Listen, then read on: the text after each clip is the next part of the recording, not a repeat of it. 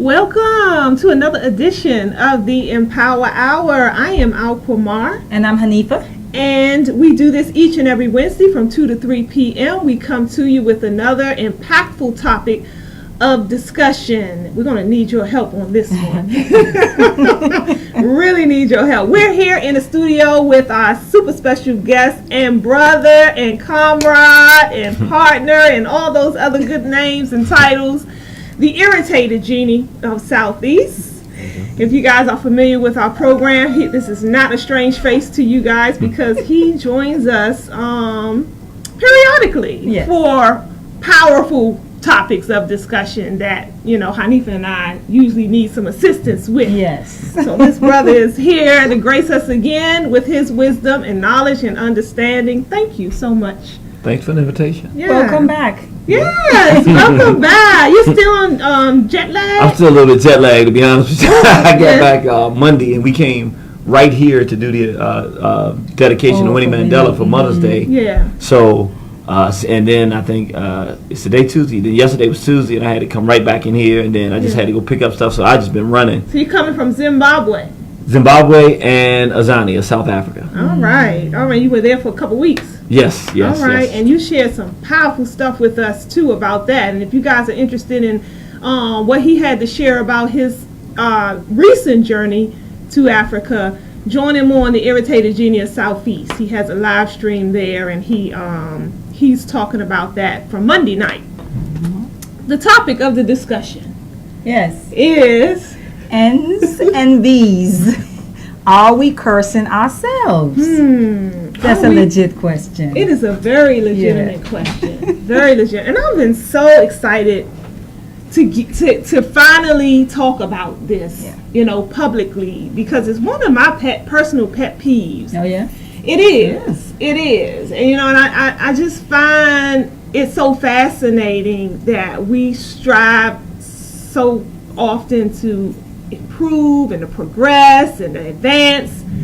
And yet and still we do all these, I think, self-demoralizing things on a daily basis that hinders that growth. And that's just me personally speaking. The fact that we're having this conversation around the N-word is crazy. Yeah. And this is the conversation where we can have a discussion about how did we get here. That's really what it's about. And where do we go from here? Yeah. Now I have a whole list of questions for you.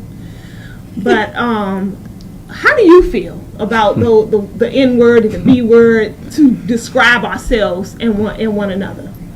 I think it's absolutely deplorable. I don't remember the year that I started, but I used to be I would say out of everybody I've ever met, I was the worst end user. I used that word so frequently, it was on every other word. And I really realized I had to stop. And since that time, because I stopped and was telling people that I think we should do that, I've taken a lot of criticism. But what I realized is that it's ridiculous for us to expect anybody else on this planet to respect us when we don't respect ourselves. And I don't think there's a more definitive way to tell people that we don't respect ourselves than to insult ourselves every other word. Not as an insult for an individual, but to collectively classify ourselves as an insult that was given to us during the worst period of history that we had, particularly in the Western Hemisphere, and then to circulate that as if that's the definition of who we are, and then to take that in general and then to make specific for our women, hey, just in case you're confused about if you're one of those, we're going to take the worst words you can use for a woman and now reclassify that to specifically target our own women. I think it's psychological insanity. What do you say to those? Because, there's a lot of people out there that hear this, and the first thing they'll say is, well, the etymology of the word represents something other than what it's been used to describe us as. What do you say to those who will use that excuse to continue to use the N-word? I would say you're ridiculous. It's what they call intellectual masturbation. You're too immature to accept the fact that we've accepted a negative term for our people, and we're circulating it, and we're addicted to it, and we want to remove it. So instead of being a mature adult and saying, you know what, yeah, we got a problem, we should make an adjustment, you decide to make a ridiculous argument that has no historical basis, no factual basis, to take the insult, not an insult, the specific insult that was used to classify black people as having no value in the Western Hemisphere, through one of the worst tragedies in the history of the world, the Atlantic slave trade, and to take that term and now to apply it to ourselves, so that, in other words, what the person is really saying when they say that is, the Ku Klux Klan and the white supremacists and the slave traders, they looked at our etymology and decided, wow, this is a great term that we can use to say that they're gods while we're raping them and enslaving them and murdering them. And now those slave traders, they gave us nothing else that was good, but they did decide to give us this one word that's fantastic while they lynching us and murdering our people. And now we should adopt that, and now no longer do they have to call us that. They don't have to try to beat the self-esteem out of us anyway on our way to work or while we're doing things. They don't have to do that. The Klan doesn't have to do that. The Klan can sit back, and matter of fact, it wouldn't make good sense for them to do that, because if they start calling us that, maybe we'll snap out of this ridiculous psychological insanity. But that's the fascinating thing, because we do snap out of it when they call us that. Because we realize our whole position is ridiculous. No, we don't necessarily. I don't know if we necessarily snap out of it. I think because of the history of this nation, what black people like to say is that they've taken the word and owned it, right? Which is still insanity. And so when they use it, they're not allowed. We're the only ones that's allowed to use it, and it's a term of endearment among us. So it's sort of like, it's mine, it's not yours. You're not allowed to, no matter what. However, it's really hypocritical, I think, because it's a derogatory term. If it's either derogatory or it's not. If we're going to say it's not derogatory, then why are you offended when someone else uses it? That's my point. So you're saying it, you're confused.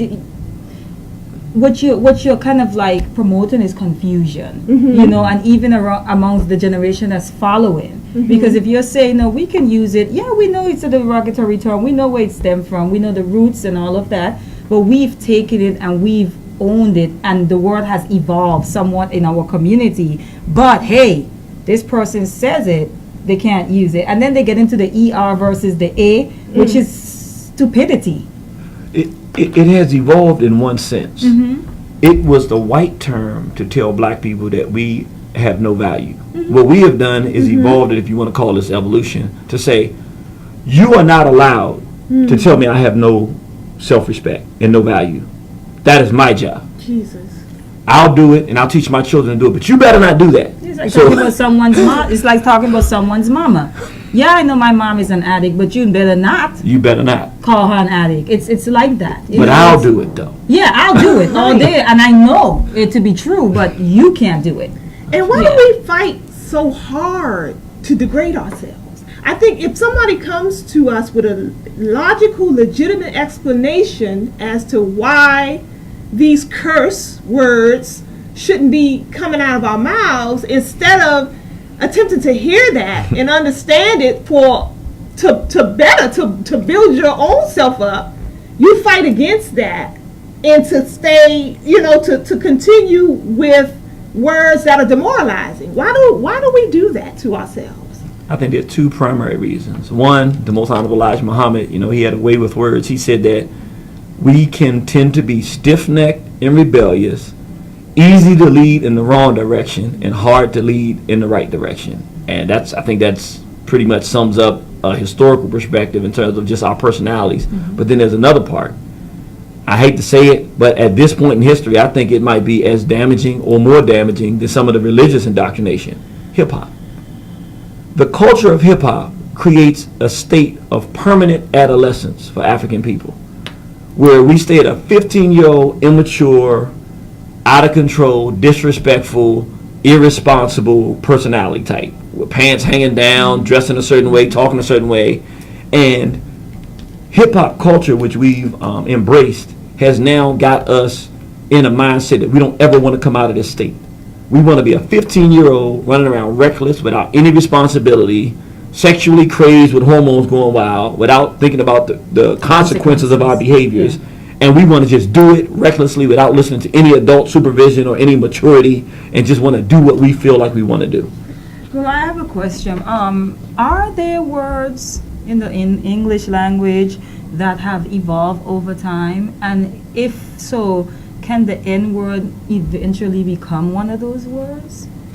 I think that They meant something yeah, in the past, and then now it's like you don't even feel the effect of it now. I think that the only way that can happen if it's a genuine shift. So for Okay. instance, there was a time when, matter of fact, interestingly enough, the Garvey movement, which is the largest self-help black movement in the history of the world, really. Garvey started Declaration 11. We deprecate, we hate the use of the N-word.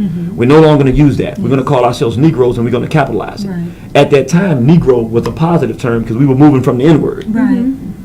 After looking at it, we now said, no, we're African, we're black. Right. And so we've shifted Negro to be someone that doesn't know that they're an African and black. So it evolved because it was a genuine effort by mature African people to say, we can do better with something. Let's you put this term over here and graduate to a new term. Okay. The reason that this word wouldn't fit that is because the reality of it is it was created by our enemies, specifically to tell us that we have no value. Okay. So that's what it means, and that's what it does every time we use it. Even if we look at the psychology, you do not see a person that's on the side of the road that needs a lift and needs your help and come to the car, hey, my N-word, would you help? They don't do that. Even if that's how they talk every day, they say, excuse me, brother, can I help? Because they understand psychologically, we understand. Respect Good point. is indicated by terms. Good. When somebody needs something from us, they don't call us that. We only use that term when we're in the process of devaluing other black people and ourselves. That's a But I'm sorry, but then devaluing. So I don't know if I necessarily agree with that part where it's used specifically when we're devaluing. Now, are we devaluing and I'm completely unaware of it? I think so. But deliberately, I don't know, because you see guys who are close friends, and that's how they greet. What's up, man?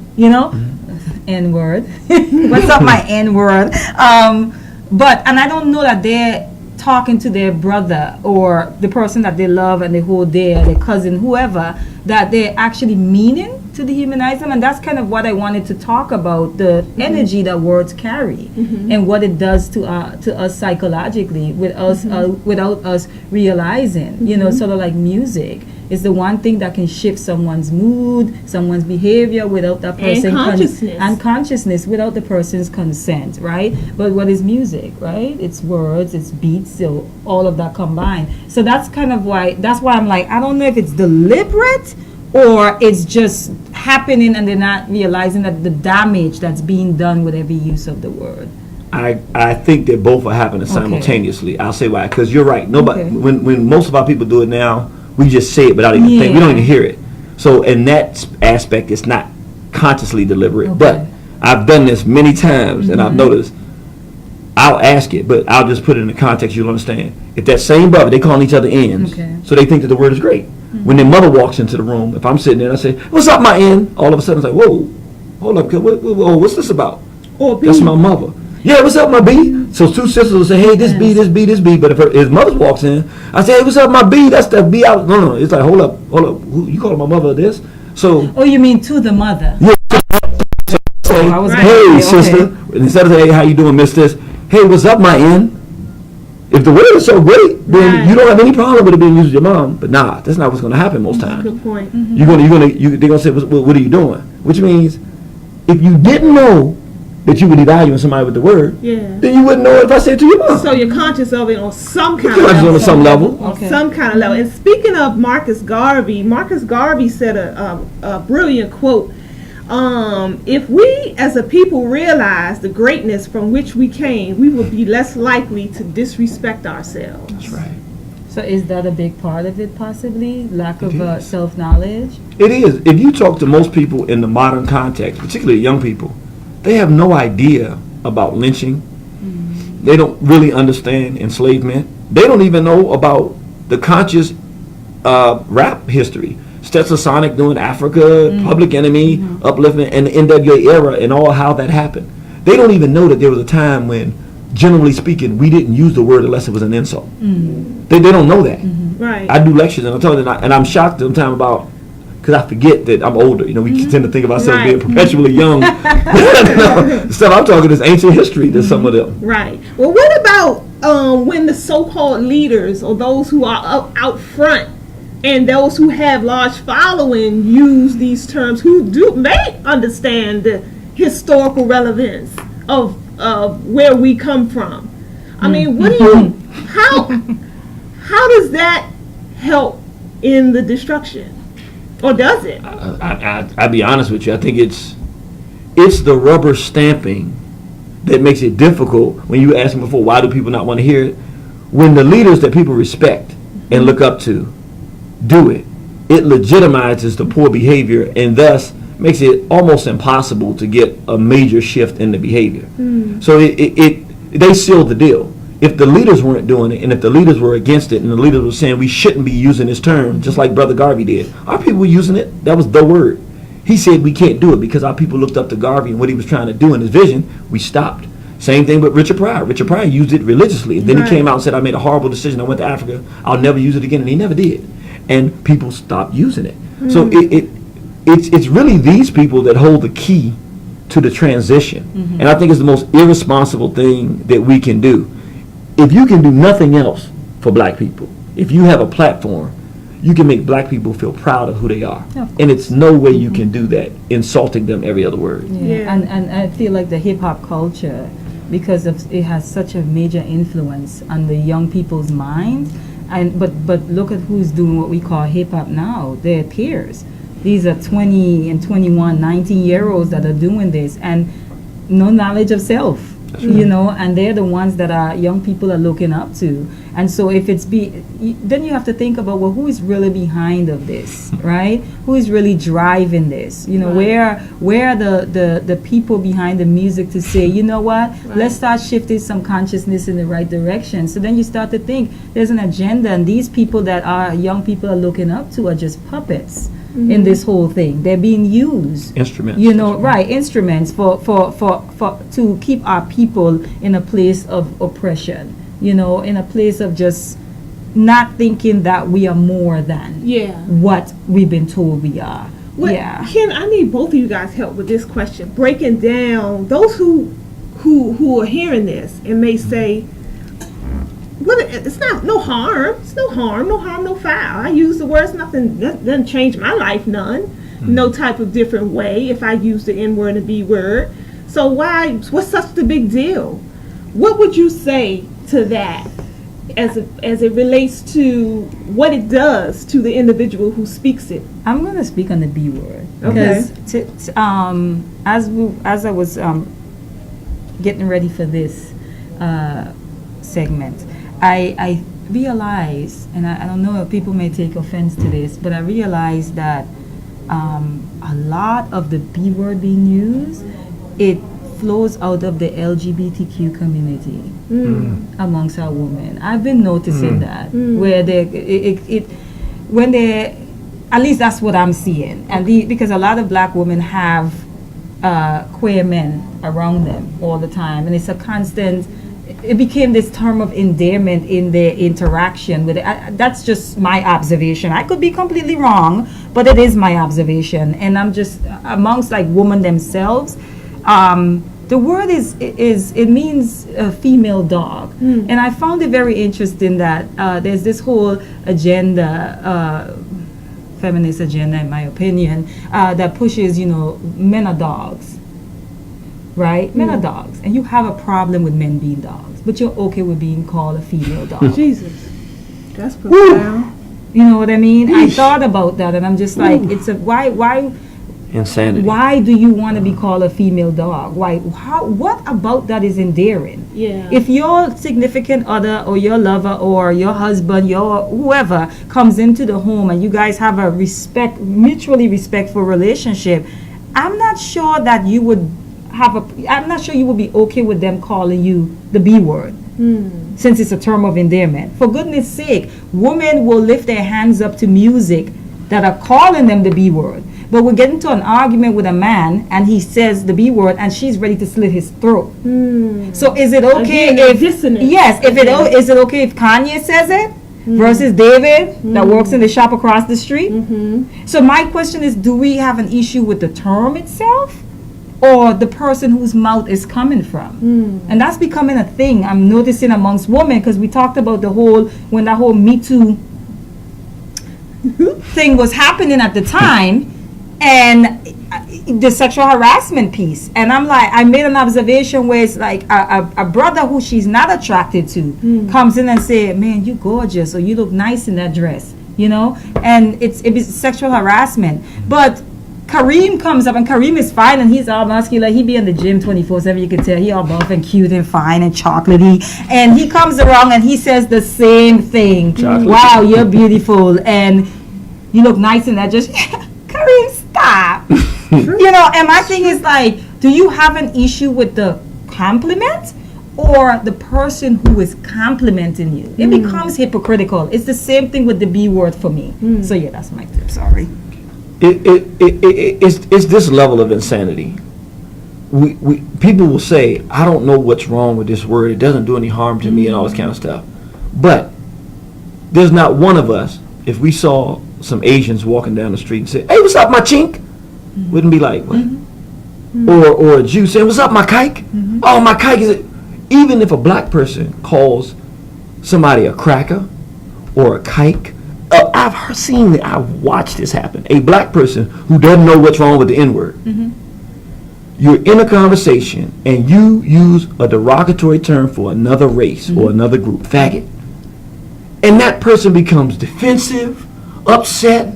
I mean, these tough guys in the street, thorough. Man, I'm saying we shouldn't really. Wait, ho. So when it's anybody other than you, anybody other than yourself, you have some semblance of love and respect for them. But all of a sudden, you don't know. What that means is you don't even know how to have self-respect. But you do know how to have respect, because when it's somebody else, you don't just go with the word. We haven't now start calling each other, anybody that's stealing money is a kike now. Why? Because we know that the minute that word comes out of our mouth, no matter who we're using it to, it insults a group of people. And we don't want to insult them. But we are comfortable. With insulting ourselves. And we like insulting ourselves because, and this is the psychology behind the deep part, when we stop doing it, then we stop being able to justify our mistreatment of each other. Then we have to look at why we in this condition. Yes. Then we got to look at somebody else. Yeah. And we don't want to fight. Yeah. So we keep doing it to each other, then we don't have to fight. I agree with that part, not wanting to fight. Yeah. I think we avoid a lot of things. Yeah. I don't necessarily think it's that we are not just not wanting to. I think there's a part of us that look and say, I don't think we're ready to. And so we've kind of conceded. We've come to that point where it's like, because we're not ready to, I'm not even going to pretend that I'm ready to. And so I'm just going to ignore these issues and act like they're not there, because to address them means to confront.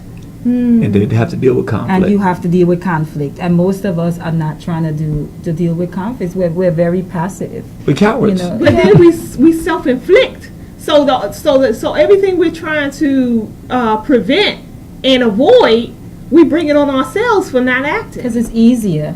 It's easy. So we suffer in the process because we don't confront. It's easier in a sense, but and see, this is where it starts bleeding into different conversations. What happens is, when you're being abused, the abuse registers resentment. Now the question is, what you're going to do with that? And what has happened is, and I have to say it, the church, the politicians, and the leadership have intentionally gotten paid off to avoid black people from looking at who's causing our pain and dealing with them. So what happens is that pain doesn't disappear. Right. So it's boiling up inside of us, and the only thing we can do, since everybody around us is telling us not to lash out on the folks that are doing it, who we have to lash out at is the people around us every single day, which is each other. And so that hatred, resentment, anger, we take it out on ourselves. You know what came to my mind? There's a episode on Iyanla Fix My Life with this little young black girl that was abducted from the hospital when she was a baby. I saw that episode. And so two black mothers, the lady who took her and the lady who gave birth to her were both black. Her dad was black, her mom was bio dad was black, and the kidnapper was black. And she raised her all the way. She completed high school. She had a decent upbringing, raised her the best, they have a bond. And when she turned about 18, she realized that she found out somehow that's not her mom. So Iyanla did an episode that couldn't continue because what Iyanla pulled out of her was this anger that no one knew was there, and it was very misdirected. Right, but you know what it was? She really didn't know who to be angry at, because on one end, the mom, you know, and when you talked about that, it's sort of like, I'm angry, but it's like, what do I do with this anger? And AlQamar, you're right next to me, so I'm just going to elbow you a couple of times, because it's just easier, you know. But I'm really, really mad at Dr. Baruch. You know what I mean? But he's too far away, too powerful for me to get my hands on him. But you right here. You know, I can do that. And that's what happened to the little girl. The mom that raised her, she sees her as a mom, but she's still her kidnapper. Yeah. So she was very conflicted, and she had a lot of rage. You're right. It became rage. Yeah. And so she would take it out on the people. I mean, her little boyfriend was there, the poor soul. Yeah. She boxed him up a couple of times. Yeah. And I was like, ooh, what does that relationship look like? Because she has this anger and she don't really know what to do with it. Yeah. And so the people that are closest to her are suffering because of it. And I think that's really reflective of what's happening in our community, where they talk about whatever that is. I hate the term, but black on black violence, whatever that is.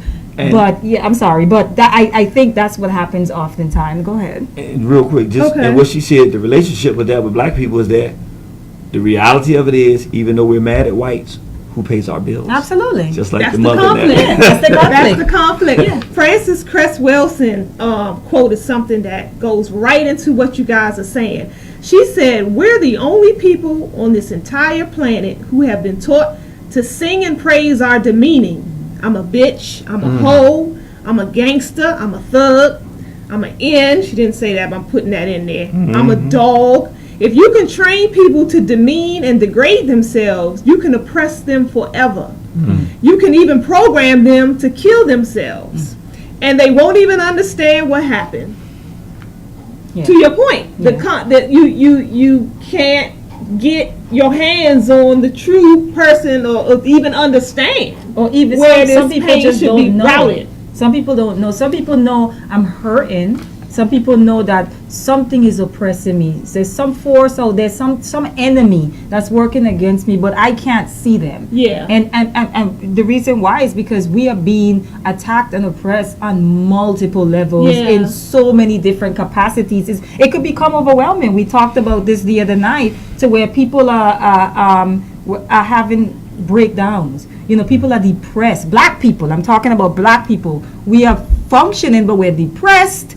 You know, because it's sort of like, what do I do with what I'm feeling? I know I'm feeling this thing, and I don't want to sound crazy, but I don't really know what to do about it, because it's a lot. Because it's not just one thing that you can focus on and say, okay, we're going to attack this. It's almost like we have to attack all our issues concurrently. Yeah, and I think when we don't understand the root causes of our pain, we blame each other. We blame each other. Because the only thing around. Right. Going, just to show, I mean, you really just articulated what I'm about to say, so I don't have to explain it.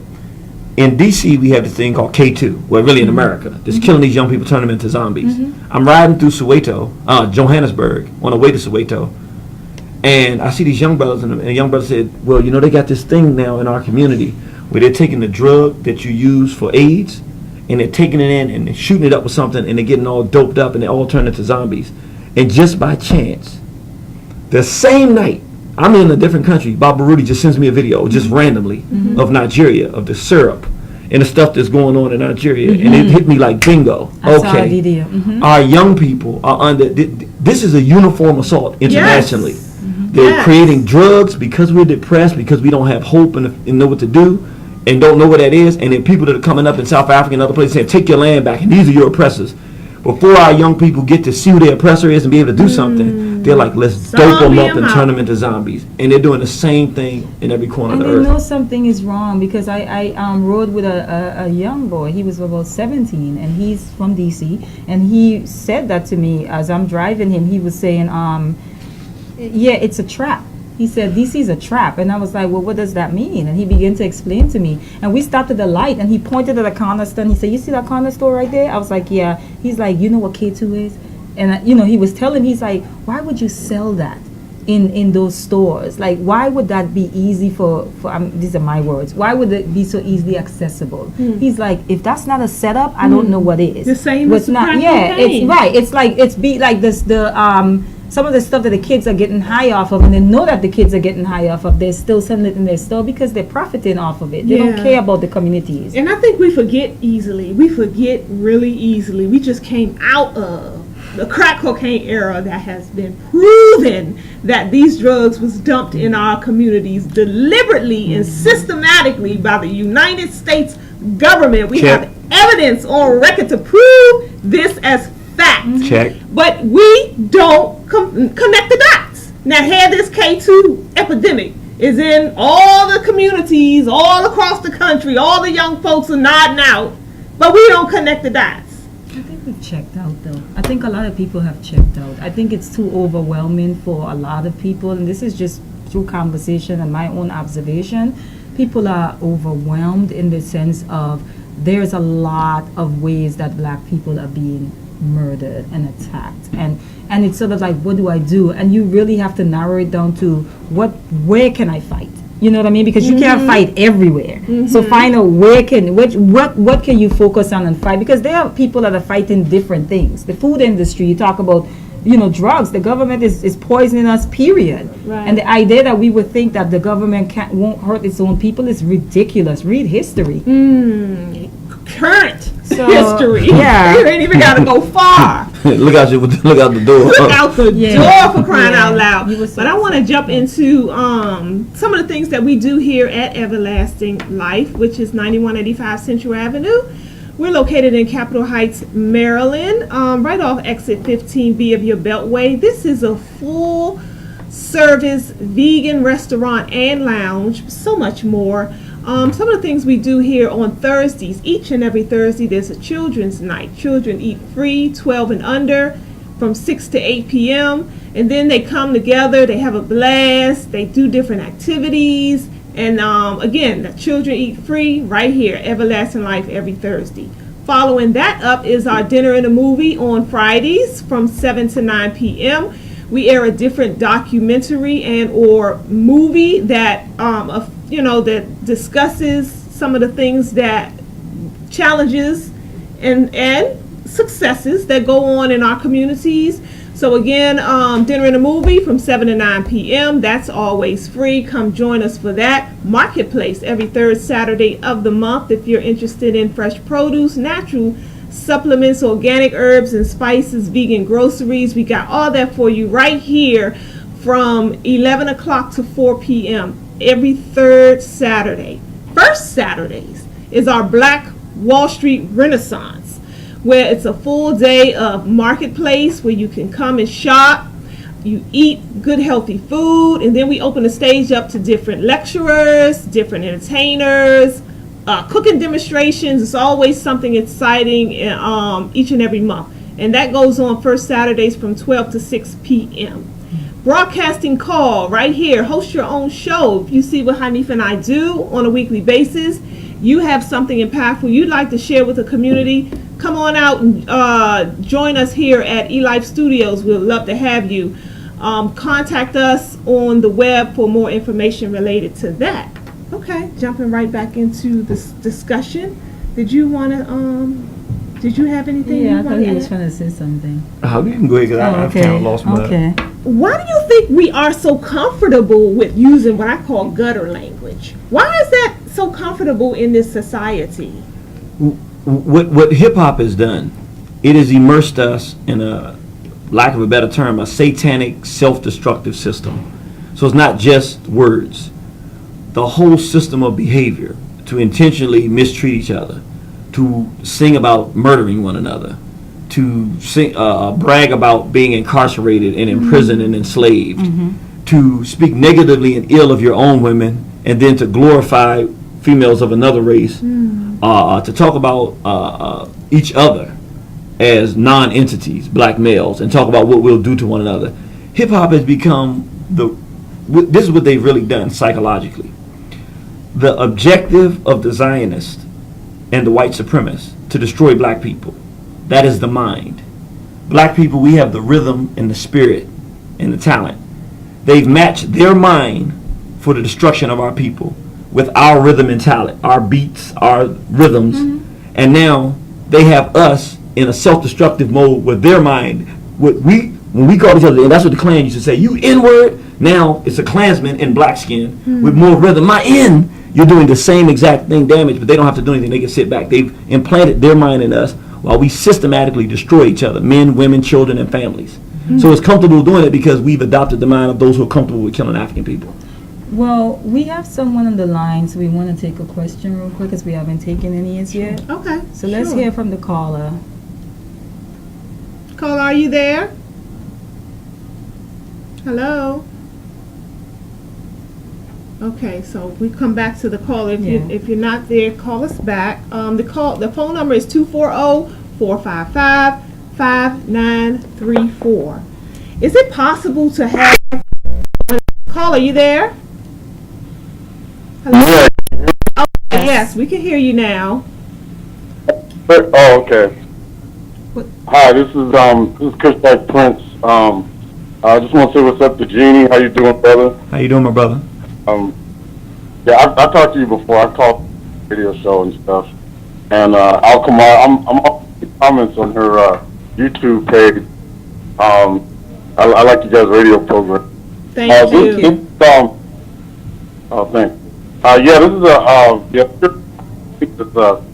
I look at a lot of hip hop nowadays as more psychological warfare, and I think it's changed over the years. We used to have Lord Cardi B, Okay. and Cardi B's on stage, pregnant, dancing, and rapping with mind.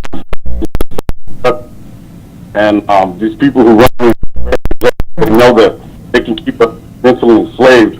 We can't ever empower ourselves. Yeah. I think that calling us the N-word and B-word and embracing degeneracy more.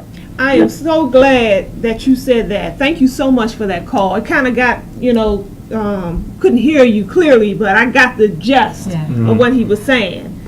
He brought up a point about Cardi B, and there's this whole conversation being had right now around, well, it's supposed to be between Azealia Banks and Cardi B, and it's not really a beef. I watched the Azealia Banks interview on The Breakfast Club, and some of the things that she said in reference, now Azealia Banks is problematic in herself, but the statements, like I always say, even a dead clock is right twice. So I don't like to just be like, well, you're with a white man, so everything that you say, she had some good points, and what she was pretty much saying is a lot of what Cardi B gets away with, if this was a black woman, darker skinned black woman, she probably, she called her illiterate.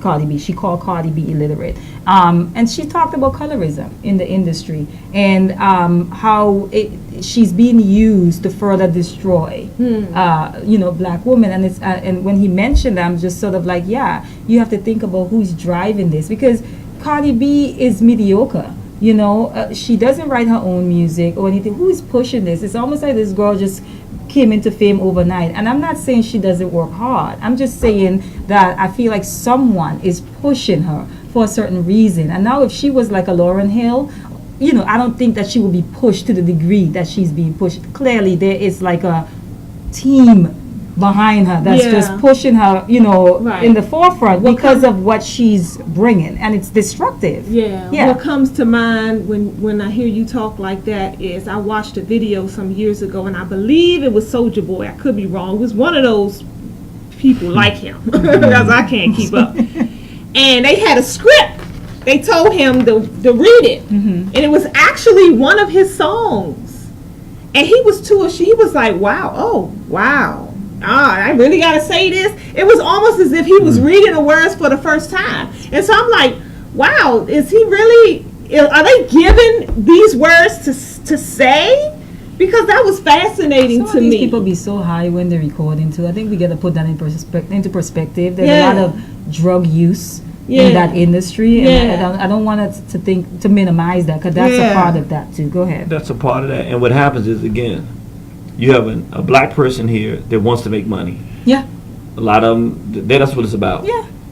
They know because they can listen and see what they pay for. So they know what to say.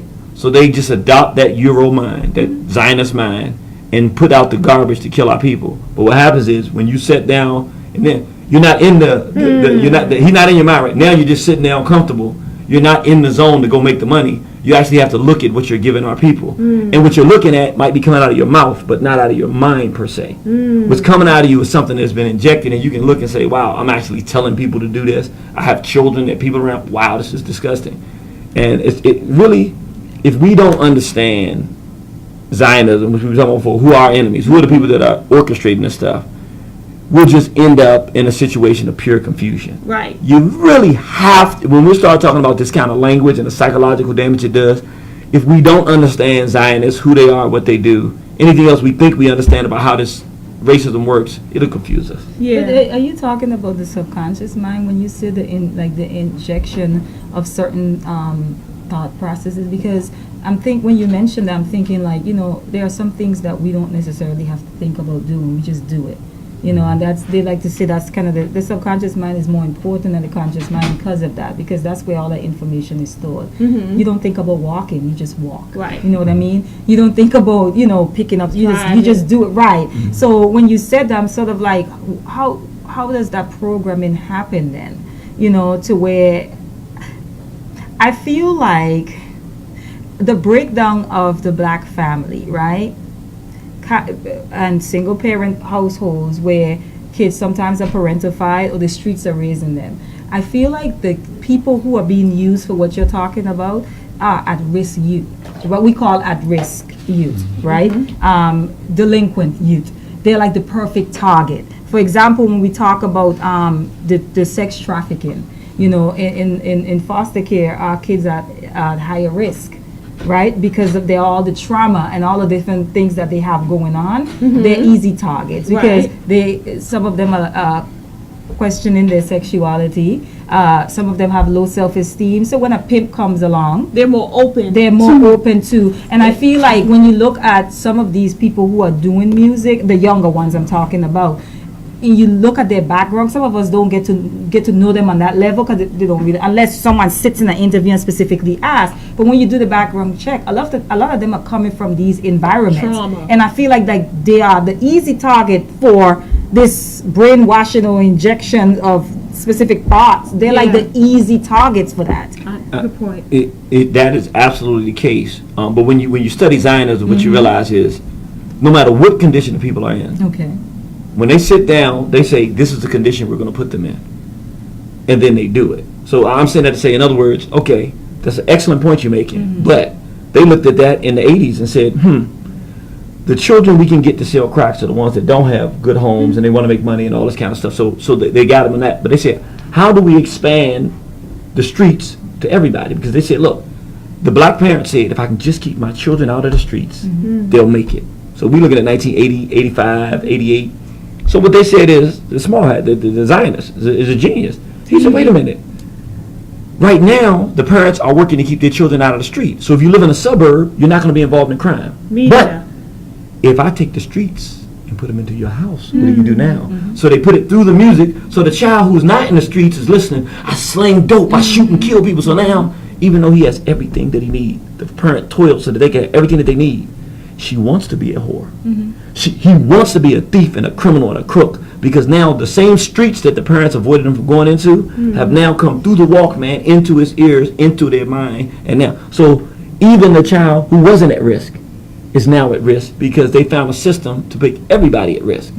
And so I'm saying that to say, once we understand how they operate, then it changes our whole paradigm of how we deal with it, because we realize it's not something that you can hide. You have to identify this person and show people what they're doing. Right. Once you do that, it changes the dynamic. Right. Yeah. It's the same thing as far as acting black with like the younger people, where a white person is doing something that is just ridiculous, and it's like, oh, they're acting black. You know what? If they want to appropriate that part of black culture, you can have that.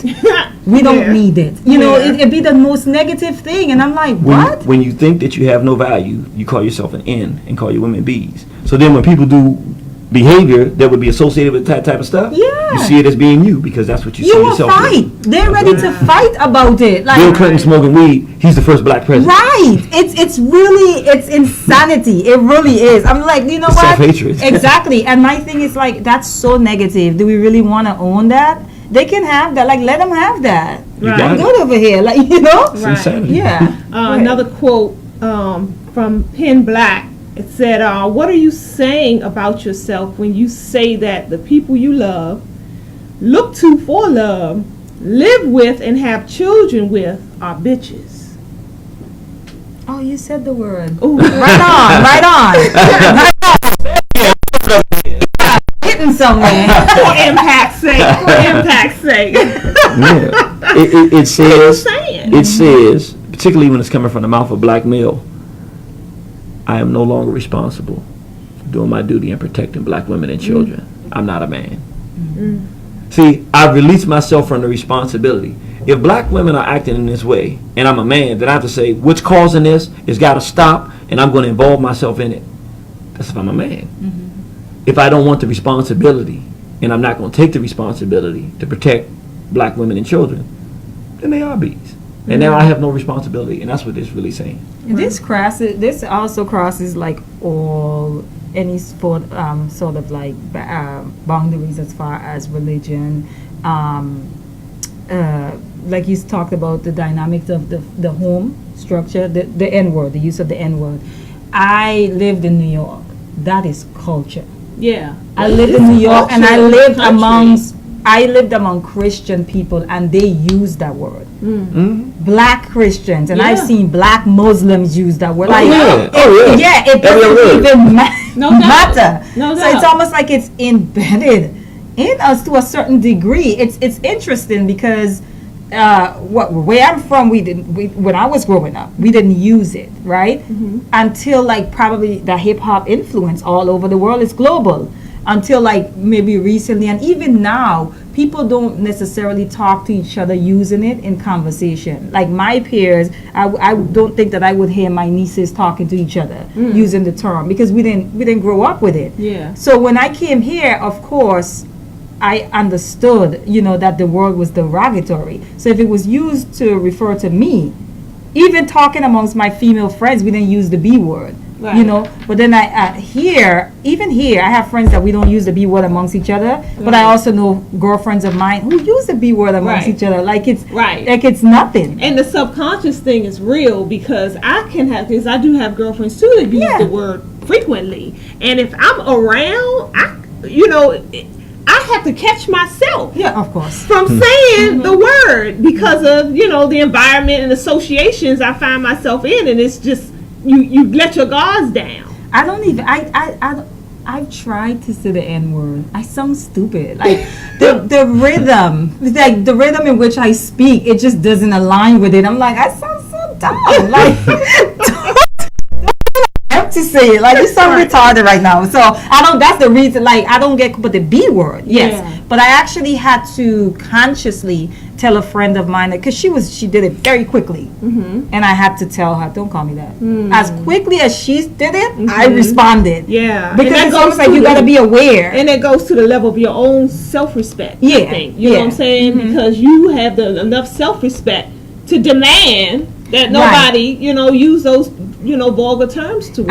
And it's interesting. It had nothing to do with her lack of respect for me. What happened is that when I first came around the circle, they would do it to each other. Right. But now we're getting closer. Yeah.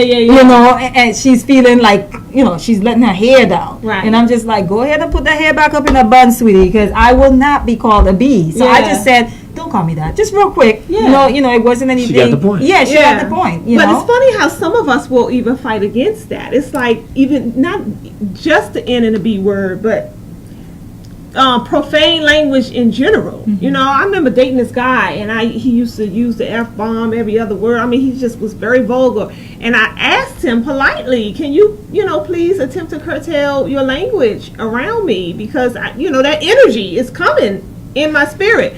And I said it in the politest manner, but he deliberately continued to use it, like in the form of to poke. Yeah, and I'm like, why would you want to continue with degradation? Why wouldn't you want to see that as, okay, well, let me try to uplift myself? Why do you fight to stay low? Well, in that case, it becomes training for what manhood really is. Most of us, like myself, didn't have a father in the house every day And through hip hop, which is a culture of, again, satanic self-destruction and self-hatred, we've learned masculinity. And all it's trained us is to be vulgar. First of all, the first thing, you got to be vulgar. There's no such thing as masculinity in the mind of a black person just a young person that grew up during my time, without being vulgar. Being tough, even if you're not tough, when you say F this and do this and that and other, that is demonstrating manhood in our minds. I know I grew up in Southeast and that's what we did, and I wasn't the toughest guy, but that was my way to be tough at the moment.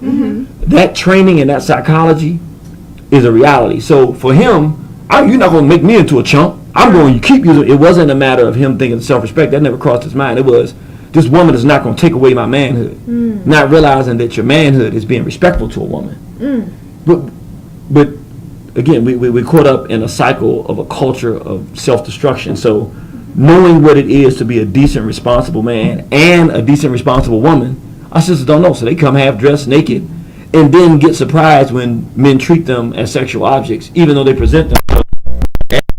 Right. And it's a lack of knowledge. It's the wrong guy. And get offended if you bring that to their attention. I could dress the any way I want in the same concept. It's like, okay, well, the way you're dressing is resulting in this type of response. But if somebody mentions that, I don't necessarily subscribe to that, but go ahead. but if I don't, yeah, but go but ahead. if somebody mentions that, they get a defense. Yeah. I can dress the way I want. that I can is do whatever true. I want. You know what I'm saying? And you just look away or what have you. But you know, I think it all goes hand in hand. My question is like, what do we do? How do we shift this? You know, the idea that the N word is, you know, we're giving it too much power. Or the B word, I mean, it's just a term of endearment among us women and queers. We do it. People who are responsible in positions of leadership start taking stands on it. That's the way it's going to happen. And then responsible people outside do just what you do. When somebody says that, nah, I don't do that. Brothers say, you know what, I don't use that word, brother. I appreciate it. You say what you want, but don't call me that. Yeah. People start taking positions like, and y'all see when we hear, people will try to bring that to the table. I mean, our people, you can establish the fact we're not going to say that, and they will find a way to try to bring it to the table and make a justification, and you just stand your ground. And what happens is, the more you start doing it, I've had a lot of people who use it religiously, but being around me, knowing how I feel about it and see how I deal with it when it happens, they probably still use it, but around me they don't, and they use it less frequently than they did, and they have a conscience about it because somebody they respect stood up and said something. So more of us have to be people that they respect that stand up. Yeah, I agree with that. I agree. I mean, sometimes I feel like we're fighting an uphill battle.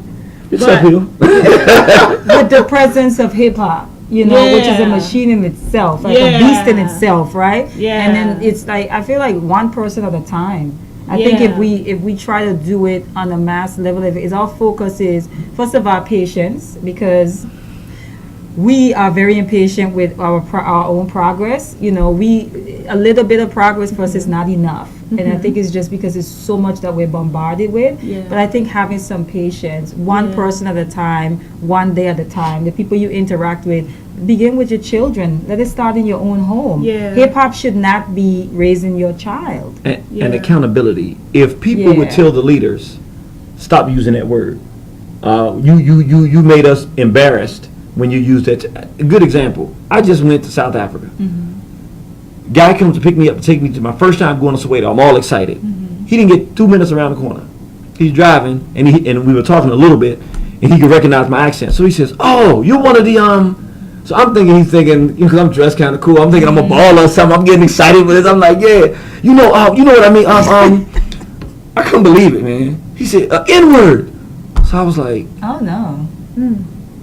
And I couldn't even get mad because then Biggie Smalls came on. As soon as he said that, the Biggie Smalls song, he listened to the radio and he's playing that. And he's like, yeah, man, I love the gangster movies. He started talking about all the stuff he loves. And honestly, that was one time that I didn't even correct somebody. I mean, I did say I'm a black man. I said that, but I didn't really challenge him. I just was sitting there going, is this what we're conditioning our people around the world to think? And it's us doing it. See, they're not getting that from whites. If whites were doing that, they wouldn't use it. But because we're saying it's what we are, and it's being glorified, our people are accepting it. And now he comes to me, and in a brotherly, embracing way. He's saying you wanted them. He couldn't remember the word. You wanted the N words, and I'm like, wow. We're saying that's what we are to the world, right. And then, but then when specific people then say, oh, well, then I can use the word now because you guys are cool with it. Y'all are not as offended as you once were. Sure, I do. So now it's right. So it's cool now, it's so confusing. And then when the world treats us as such, then we get up in arms. Yeah. So it's like, how do you? That was one of my questions. Can you have self-dignity and respect and still speak to yourself in demeaning terms? No. Is that possible? No. Right. But and so when people treat us like we don't matter and we're, they kill us down in the street and, all these type of things and we get all up in arms about it, but then we'll turn around and we'll demean our own selves. And this shows you the serious sickness in the psychology. When they kill a brother in the street, we go, man, they cheated. You know what we say? They did it because they think he's an N. We'll say that. I mean, you've heard people say it. They just think we're a bunch of N's and then go right around the corner. And use it. And start using it. So we know what that word means because we don't say they treat us like we're Africans. Right. We treat us like we black men and women. We don't say that. Right. They treat us like we brothers. No, we say they treat us like a bunch of N's. But I feel the same. But then we use the term. I feel the same to talk way about of the way we loosely use the word coon.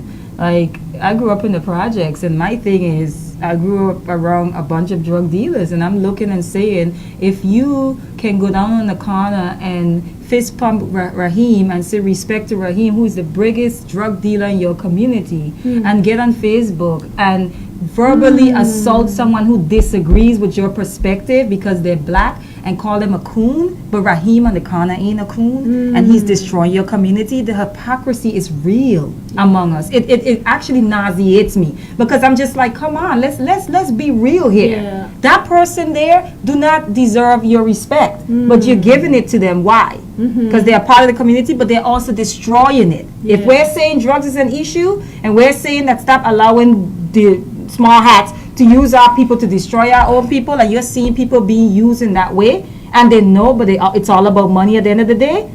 Isn't that the real coon? You know what I mean? I think too that the dissonance. When we hear the term cognitive dissonance, we always assume it's just them. Yeah. Those people. We don't realize that we suffer as well. And just in all honesty, to be open with it, the modern term to use coon, I will admit, I did that. Oh, but I got banned from Facebook for that. tell you why I did it. I wanted to pull us away from the N word. Okay. And there's a thing called Zip Coon. It was a character that was produced in a minute. So what I said is, I got King Samir to do it. I said, look, brother, help me out. I want to condition our people off the N word, but our people are so conditioned to using words to assault each other, they got to have something. I said, we'll start with that, and then I'll pull them off that later. And what has happened is, there has been a shift to using that. I don't know that we've gotten all the way off the N word. But the next thing is, let's stop calling each other and just state our disagreements and stop using terms to insult each other, But it's a process. It is. Well, family, that is our Empower Hour. We hope that you've had the opportunity to gain some insight from this conversation. I know I did. And please share. Please, that's the way we impact change. Yeah. If you feel like anything that we shared today was impactful and other people should hear it, share it. Share it on your Facebook stream. We appreciate you for that. And tune in next week. I'm sorry, No, Hanifah. that's okay. No. Tune in next week. Like our Facebook page, Empower Our Talk Show. Subscribe to our YouTube channel under Miss Frida People. And we will see you guys next week with another impactful topic of discussion. Thank you so much for tuning in. Peace. All right. Peace.